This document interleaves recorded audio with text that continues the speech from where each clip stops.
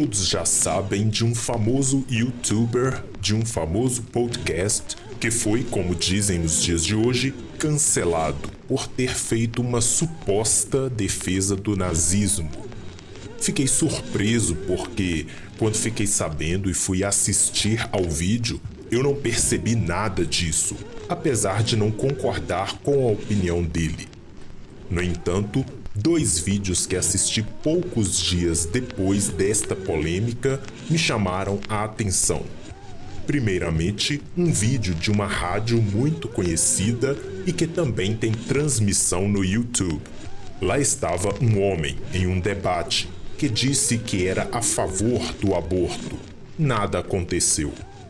Ora, quanto ao rapaz que supostamente defendeu o nazismo, foi cancelado. O outro que defendeu clara, explícita e enfaticamente o aborto, não. Agora pense, qual a diferença entre a defesa de um e de outro? Porque ambos são a favor da eliminação de inocentes. Porém, o primeiro nem era a favor do nazismo. Ele era a favor da liberdade absoluta, sem pensar nas consequências em que isso poderia levar. Já o outro não. Defendia veementemente o ato do aborto, e nada aconteceu. E eu sei que são coisas diferentes, que no caso do aborto temos questões de estupro que são passíveis de discussão. Mas, de qualquer forma, ele fez uma defesa geral. Repare, enquanto o primeiro defendia a liberdade e não as ações nazistas, o segundo defendia o ato do aborto, mas com base na mesma ideia de liberdade absoluta. A pessoa é livre para fazer o que quiser.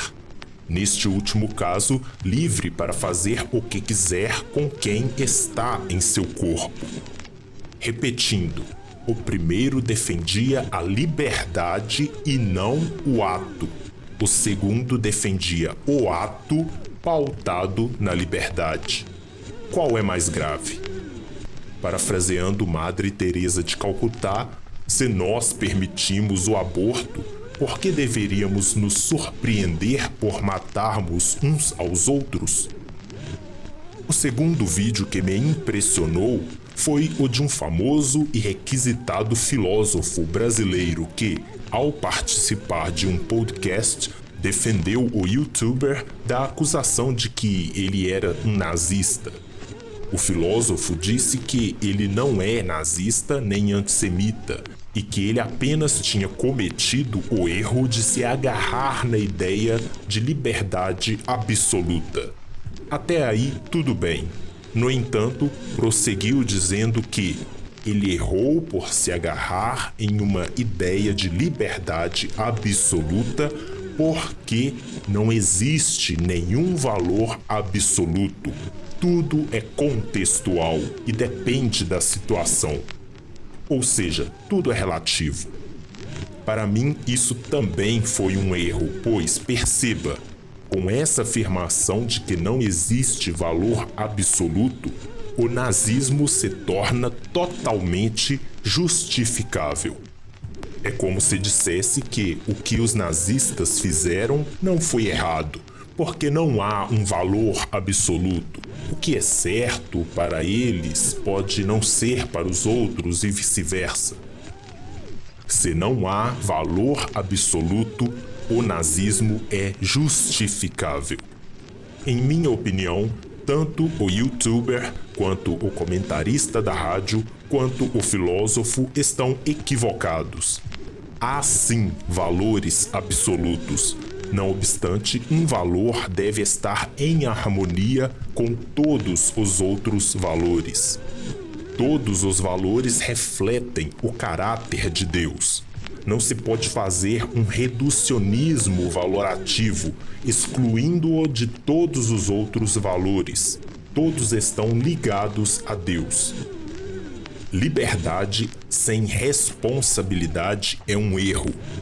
Como disse Viktor Frankl, que foi um prisioneiro em um campo de concentração nazista, toda liberdade tem um de que e um para que.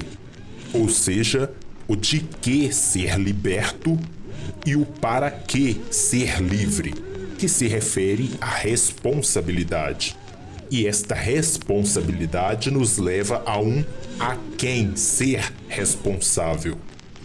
Não se pode se agarrar à liberdade e desprezar a responsabilidade, assim como não se pode agarrar ao amor e negligenciar a justiça.